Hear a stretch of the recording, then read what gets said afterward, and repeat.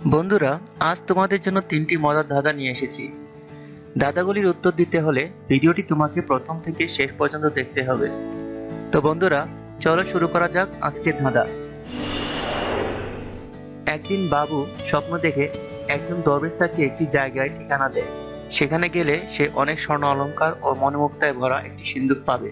তো পরদিন সকালে সে দরবেশের দেওয়া ঠিকানা অনুযায়ী ওই স্থানে যায়, কিন্তু সে এক জায়গায় এসে দ্বিধান্বিত হয়ে যায়, কারণ ওখানে দুটি রাস্তা ছিল আর সে বুঝতে পারছিল না কোন রাস্তা দিয়ে তার যাওয়া উচিত। অবশেষে সে অনেক ভেবেচিন্তে বাম দিকের রাস্তায় যাওয়ার সিদ্ধান্ত নিল এবং তার কাঙ্ক্ষিত সিন্ধুকটি নিয়ে ফিরে আসলো। এখন বন্ধুরা, তোমাদের কাছে প্রশ্ন যে বাবু কি করে সঠিক রাস্তাটি নির্বাচন করলো? উত্তরটি কমেন্ট করে জানিয়ে দাও।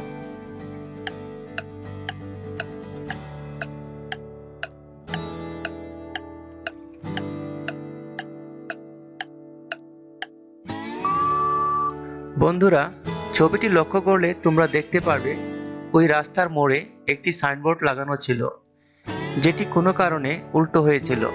এখন তুমি যদি এটাকে উল্টিয়ে দাও তাহলে দেখতে পাবে ওখানে ওয়েস্ট লেখা রয়েছে, আর এটা থেকেই বাবু বুঝতে পেরেছিল তাকে কোন রাস্তায় যেতে হবে। চলো বন্ধুরা, পরের ধাঁধায় চলে যাই। এখানে অনেকগুলো পানির ট্যাঙ্ক দেখতে পাচ্ছ। তোমাদের বলতে হবে যদি উপরের কলটি ছেড়ে দেওয়া হয় তাহলে নিচের 4টি ট্যাঙ্কির মধ্যে 4, 5, 6 এবং 7 নম্বর ট্যাঙ্কির কোনটি সবার আগে পূর্ণ হবে। আর তোমাদের যেটা মনে হচ্ছে সেটা কমেন্ট করে জানিয়ে দিও।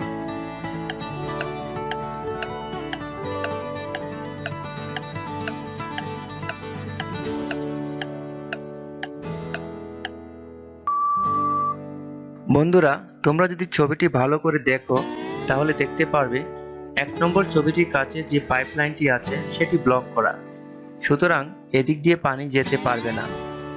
আর তাই 2 নম্বর, 4 নম্বর ও 5 নম্বর ট্যাঙ্কি কখনো পূর্ণ হবে না।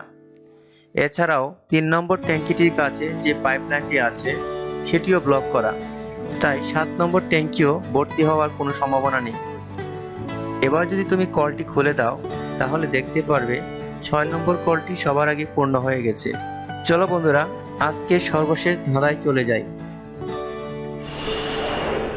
এখানে একটি ছবি দেওয়া আছে, তোমরা ছবিটি ভালো করে লক্ষ্য করে বলতে পারবে এখানে চোর না পুলিশ, কে আগে মারা যাবে? ভালো করে ভেবেচিন্তে উত্তর দাও এবং তোমরা কি উত্তর পেলে সেটা কমেন্ট করে জানিয়ে দাও।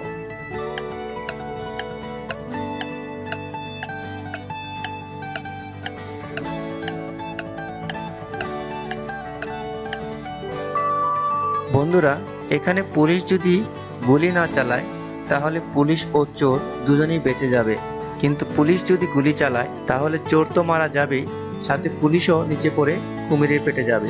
আবার চোর যদি পুলিশের গুলি চালানোর আগে সেখান থেকে সরে যায় তাহলেও পুলিশ নিচে পড়ে মারা যাবে। তো আমার মতে পুলিশ এখানে সবচেয়ে বিপদের মধ্যে আছে। তোমাদের মতামত কি? কমেন্ট করে আমাকে অবশ্যই জানাবে।